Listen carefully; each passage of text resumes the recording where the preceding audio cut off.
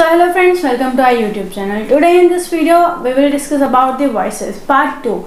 As I have told you in the previous chapter about the voices, about their introduction and about their formation. Okay, so in this video we will discuss about their example. As I have told you in the previous video कि हमने हमने present के बारे में पढ़ लिया था कि प्रेजेंट के अंदर किस तरीके से पैसिव फॉर्मेशन होते हैं, और मैंने आपको एक ट्रिक भी बताई थी जिससे आप इजीली याद कर सकते हैं कि किस तरीके से वॉइसेस के अंदर, पैसिव वॉइस के अंदर चेंजेस होते हैं. Okay, so here in this video we will discuss about the example. As I have told you in the previous video कि हम in the next video we will discuss about the examples and the past. Okay, so here there are some examples of the voices.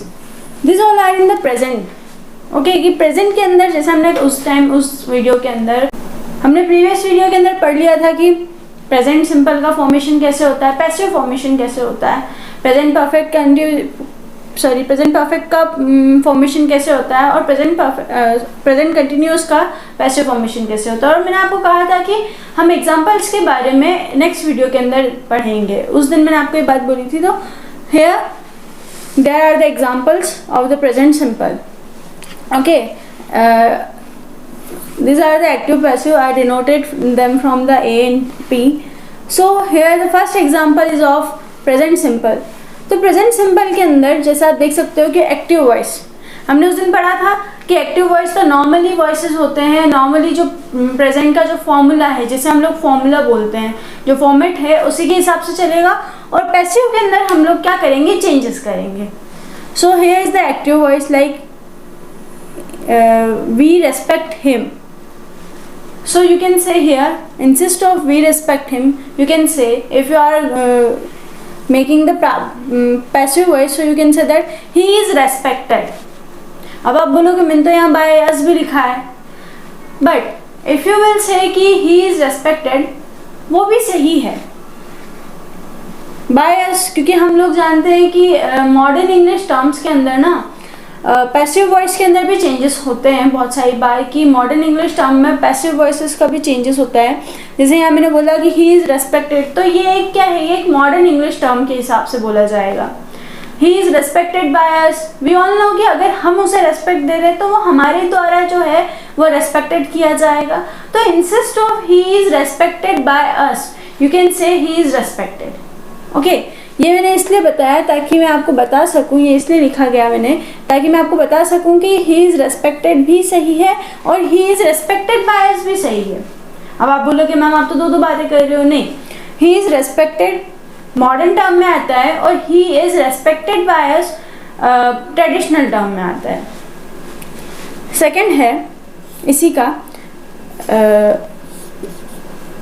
Ajit doesn't help me. Ajit doesn't help me. I'm not helped by Ajit. Ajit ने मेरी मदद नहीं की या अजीत मेरी मदद नहीं करता है, तो मैं जो हूँ I am not helped by Ajit. Ajit के द्वारा मुझे हेल्प ही नहीं दी गई. ये इसका जो है हिंदी सेंस निकलेगा. तो आप यहाँ देख सकते हैं कि हमने जो फॉर्मेशन उस दिन पढ़ा था, is am are, object, is am are, verb की थर्ड फॉर्म और बाय और सब्जेक्ट. जैसे मैं आपको बताया था 5 चीज़ें उसके अंदर बहुत इंपॉर्टेंट होती है. तो first object, on the spot of the subject we will have to write the object. Is am are या कोई भी एक्सिलरी वर्ब जो भी, जैसे अगर पास्ट प्रेजेंट कंटिन्यूअस की बात करो तो उसकी एक्सिलरी वर्ब, और प्रेजेंट परफेक्ट की बात करो तो प्रेजेंट परफेक्ट कंटिन्यूअस की एक्सिलरी वर्ब जो है वो पैसिव में यूज होगी. थर्ड वर्ब की थर्ड फॉर्म, मेन वर्ब की थर्ड फॉर्म. फोर्थ बाय, और fifth, what fifth? Subject. On the spot of the object you will have to write the subject. So I have told you here that like that. उसके बाद आता है present continuous. So here as you can see कि present continuous, अब मैंने आपको बताया था, एक फॉर्मेशन बताई थी मैंने आपको, एक टेबल बताई थी कि प्रेजेंट सिंपल जो है वो प्रेजेंट कंटिन्यूस में चेंज होगा. प्रेजेंट कंटिन्यूस जो है वो प्रेजेंट कंटिन्यूस में ही रहेगा. यहाँ मैं प्रेजेंट परफेक्ट का लिख रही हूँ, और प्रेजेंट परफेक्ट जो है वो प्रेजेंट परफेक्ट कंटिन्यूस में चेंज होगा, है ना. और प्रेजेंट परफेक्ट कंटिन्यूस को आप बनाना चाहो तो भी कोई दिक्कत नहीं है, और वैसे तो नहीं बनता है. बिकॉज उसके अंदर नॉर्मल थिंग है, बस बाय का यूज़ करना होता है, एज इट इज़ फॉर्मेशन है, बस बाय का यूज़ करना होता है और कुछ भी नहीं करना होता है। तो ये फॉर्मेशन मैंने आपको उस दिन भी बताई थी, ये एक ट्रिक है याद करने की, क्योंकि बहुत सारी बार ऐसा होता है कि बच्चे जो है वो फॉर्मेट में कंफ्यूज हो जाते हैं कि इसमें क्या लगाएं। जैसे 12th के अंदर जब वॉइसेस आते हैं या 10th में जब वॉइसेस आते हैं तो बहुत सारी बार बच्चे कंफ्यूज हो जाते हैं कि हम इन्हें याद कैसे करें, वो रट्टा लगाते हैं। तो रट्टा नहीं लगाना है, आपको सिर्फ एक नॉर्मल सा फॉर्मेशन समझना है कि हाँ प्रेजेंट सिंपल प्रेजेंट कंटिन्यूअस के अंदर, प्रेजेंट कंटिन्यूअस प्रेजेंट कंटिन्यूअस के अंदर, और प्रेजेंट परफेक्ट जो है वो प्रेजेंट परफेक्ट कंटिन्यूअस के अंदर, दैट्स इट। क्योंकि इंग्लिश जो है, आप लोग मतलब जो स्टूडेंट्स हैं जिन्हें इंग्लिश नहीं आती है, they think that English is a rocket science, but it's not a rocket science. वो बहुत ईजी थिंग है। अगर आपको इंग्लिश का बेसिक पता है, even not even of English, अगर आपको किसी भी लैंग्वेज का बेसिक पता है, you can write and speak, okay. So आपको चाहिए कि फॉर्मेशन जो बनाओ आप, तब आपको इस टेबल का ध्यान रखना है, और साथ ही साथ आपको बेसिक्स पता होने चाहिए। If you don't know about the basics, तो आप कैसे बनाओगे, आप कैसे इंग्लिश के अंदर बात कर पाओगे और कैसे इंग्लिश के अंदर लिख पाओगे। तो basics are the main thing of any kind of language, okay. Second है हमारे पास में, जैसे I have told that second is present continuous. अब आप यहाँ देखिए, प्रेजेंट कंटिन्यूअस जो है वो प्रेजेंट कंटिन्यूअस में चेंज। अब आप बोलोगे कि इसमें चेंजेस क्या होंगे, तो so we will discuss about that here. इसी वजह से मैंने आज एग्जांपल्स को लिया। So here first, as you can see that there is only one example which is he is writing a letter. वो क्या कर रहा है, he is writing a letter, वो लेटर लिख रहा है। So instead of he is writing a letter, you can say that letter is being written by him. What you can say? You can say letter is being written by him. अब आप बोलोगे change क्या आया? कुछ भी नहीं, सिर्फ being का यूज हुआ और by का यूज हुआ। कंटिन्यूस के अंदर यही थॉट है कि being और by सभी में यूज होगा, वर्ब की थर्ड फॉर्म सभी में यूज होगी, ऑब्जेक्ट के स्पॉट पर सब्जेक्ट और सब्जेक्ट के स्पॉट पर ऑब्जेक्ट यूज होगा। बस कंटिन्यूस के अंदर if we are talking about the present continuous और the past continuous, तो आपको याद रखना है being, सिर्फ एक being को याद रखना होगा आपको कि being आएगा continuous के अंदर, that's it। और कोई फॉर्मेशन नहीं है इसका। हमने in the previous video I have told you about their formations, तो आपको अगर आपने नहीं उस वीडियो को वॉच किया है तो that will come on the end screen, from there you can watch। अब आप देखेंगे थर्ड है प्रेजेंट परफेक्ट। प्रेजेंट परफेक्ट एक नॉर्मल सा है।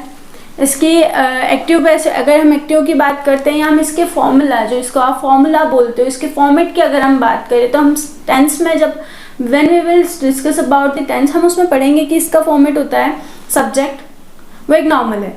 ऑक्सिलरी वर्ब के तौर पे इसके अंदर आएगा हैज़ हैव, वर्ब की थर्ड फॉर्म, और सिंस और फॉर का यूज होता है।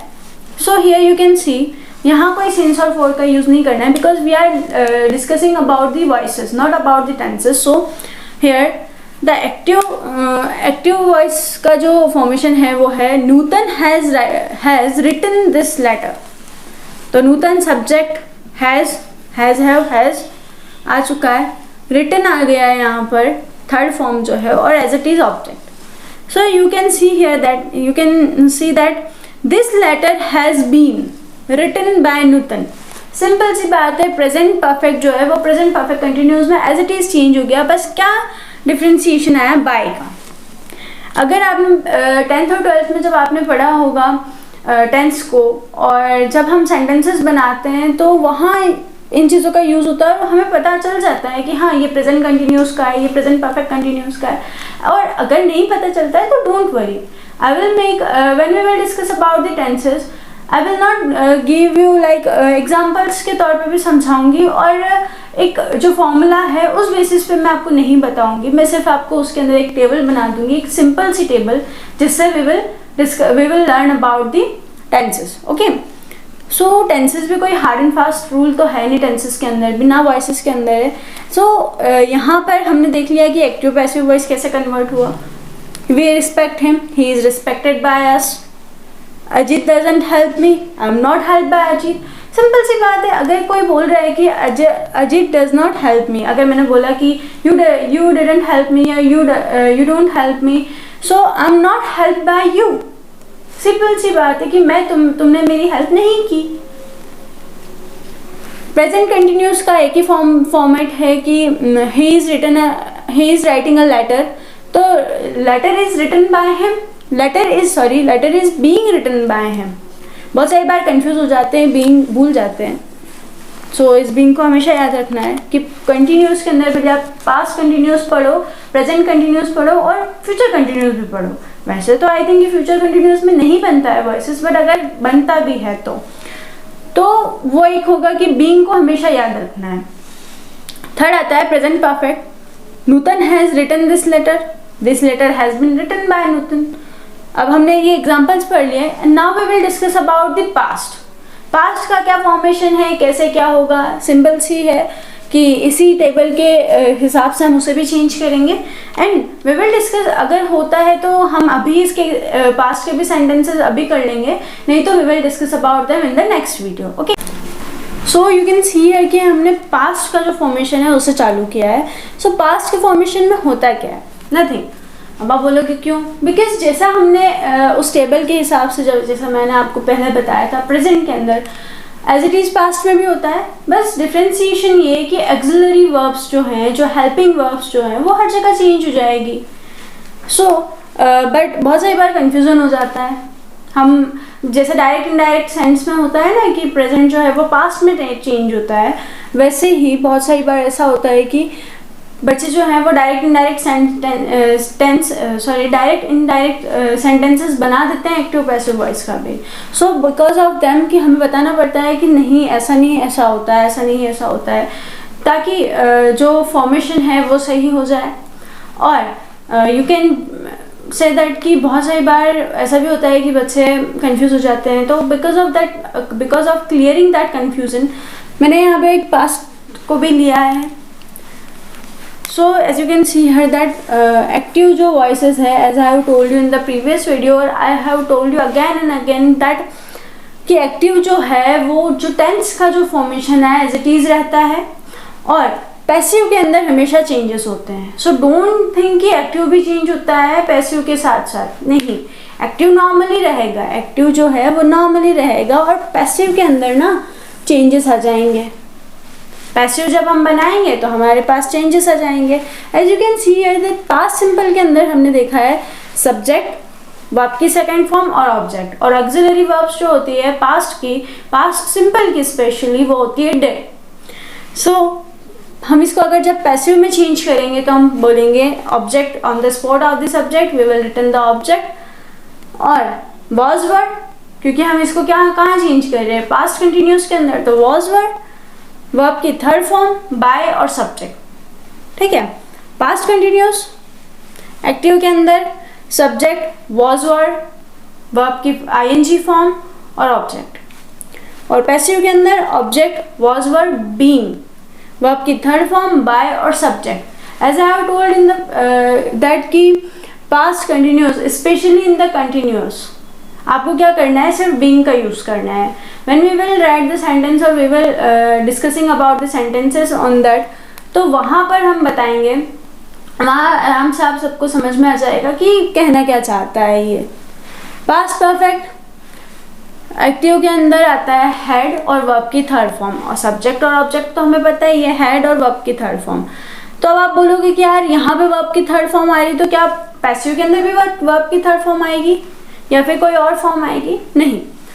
देखिए हमने जैसा पढ़ा था कि पास्ट सिंपल जो है वो पास्ट कंटिन्यूस में चेंज हो जाएगा और पास्ट कंटिन्यूस जो है वो पास्ट कंटिन्यूस में ही रहेगा, और पास्ट परफेक्ट जो है वो पास्ट परफेक्ट कंटिन्यूस में चेंज हो जाएगा। तो यहाँ पर भी हमने यही किया है, हमने इसको पास्ट परफेक्ट कंटिन्यूस में चेंज किया है। जैसे हैड बीन, बिकॉज बीन जो है वो पास्ट परफेक्ट कंटिन्यूस में लगता है, वो उसकी हेल्पिंग वर्ब हैड और हैड के साथ में बीन लगता है, तो we will write here that had been और वर्ब की थर्ड फॉर्म। यहाँ कोई चेंजेस नहीं होगा, वर्ब की थर्ड फॉर्म। आपको इस चीज़ को नोट कर लेना है कि पैसिव के अंदर whenever you want to make any kind of passive sentence, तो आपको चाहिए कि आपके पास हमेशा क्या होनी चाहिए, वर्ब की थर्ड फॉर्म और बाय। ये जो है ये की पॉइंट है पैसिव सेंटेंसेस के। So you should note about this कि वर्ब की थर्ड फॉर्म और बाय, और subject on the spot of the object and object on the spot of the subject. So ये था पास्ट। अब आप बोलोगे यार ये तो बहुत इजी था, या बहुत सारी बार हार्ड भी हो सकता है। सो डोंट वरी, जब आप प्रैक्टिस करोगे, so in the practice you can understand about all this things. Because मैं आप बहुत सारी बार ऐसा होता है कि बच्चे जो है वो कंफ्यूज हो जाते हैं। As I have told every time कि बच्चे जो है वो कंफ्यूज होते हैं। इंग्लिश एक ऐसा सब्जेक्ट है जहाँ हर एक वर्ड का डिफ्रेंशिएट मीनिंग निकलता है। सॉर खट्टे के रूप में भी यूज होता है, बट अगर आप एंटोनियम लिखते हो स्वीट का, तो वहाँ बहुत सारी बार सॉर आता है। तो यही एक बीटर की जगह सॉर ले लिया जाता है बहुत सारी बार। मॉडर्न इंग्लिश के अंदर भी ऐसा हुआ है। सो इंग्लिश जो है वो एक ऐसी लैंग्वेज है जहाँ पर आपको समझना बहुत ज़रूरी है। रूल्स हम लोग जान लेंगे, रूल्स हम बता सकते हैं। बहुत सारी बुक्स ऐसी आती है, आई एम नॉट सेइंग कि वो गलत होती है, नहीं, कुछ नहीं। बुक्स बहुत सारी बार बच्चों को कंफ्यूज कर देती है। जैसे मैंने भी बहुत सारी बुक्स पढ़ी हैं, उसके अंदर अलग अलग तरीके से बताया जाता है। यहाँ पर हम जैसे सब्जेक्ट और ऑब्जेक्ट लिखते हैं, यहाँ ये जो हम ऑब्जेक्ट लिखेंगे या सब्जेक्ट लिखेंगे, इट्स नॉर्मल सेंस की ऑब्जेक्ट की जगह सब्जेक्ट और सब्जेक्ट की जगह ऑब्जेक्ट। पैसिव के अंदर ऑब्जेक्ट को प्रायोरिटी मिलती है as comparative to the active voice. Passive voice के अंदर ऑब्जेक्ट को प्रायोरिटी मिलती है सब्जेक्ट के कंपेरेटिव में, और एक्टिव में सब्जेक्ट को प्रायोरिटी मिलती है कंपेरेटिव टू द ऑब्जेक्ट। तो बहुत सारी बुक्स ऐसी होती है जो बोलती है पैसिव सब्जेक्ट लिखो, पैसिव सब्जेक्ट लिखो। तो पैसिव सब्जेक्ट सुनते ही बच्चे के माइंड में क्लिंच होता है कि नहीं, what we have to write here the subject. तो वो बहुत बार मिस्टेक करता है और यहाँ पर इसकी जगह भी सब्जेक्ट लिख देता है। So that's why I am not here. मैंने आपको यहाँ ये इस वे में नहीं बताया कि ऑब्जेक्ट लिखो या पैसिव सब्जेक्ट लिखो या पैसिव ऑब्जेक्ट लिखो, नहीं, बिकॉज मुझे पता है कि बहुत सारी बार कंफ्यूजन हो जाता है। आई होप कि मैंने आपको जितना भी बताया होगा आपको समझ में आ गया होगा, एंड आई होप कि you have understand all this kind of things. Present के अंदर किस तरीके से फॉर्मेशन होता है, और जितने भी पास्ट के अंदर किस तरीके से फॉर्मेशन होता है, और प्रेजेंट के जितने भी एग्जाम्पल्स आज हमने डिस्कस किए हैं वो सब आई थिंक आपको समझ में आ गए होंगे। And if you have not subscribe channel till it, please subscribe the channel, share the video and like the video, and comment me if you want another video of on the voices and on the other, if you want other video and if you want videos on the other topic, so you can comment me in the comment section. Please watch that video because that video is very very very important if you are a beginner, so it's very important. And I have one message for you कि English जो है और other जितनी भी languages हैं उनको अगर आप लोग if you are fond of learning the languages and understanding the languages like me, so please subscribe my channel and please practice a lot because practice makes a person perfect. Thank you so much.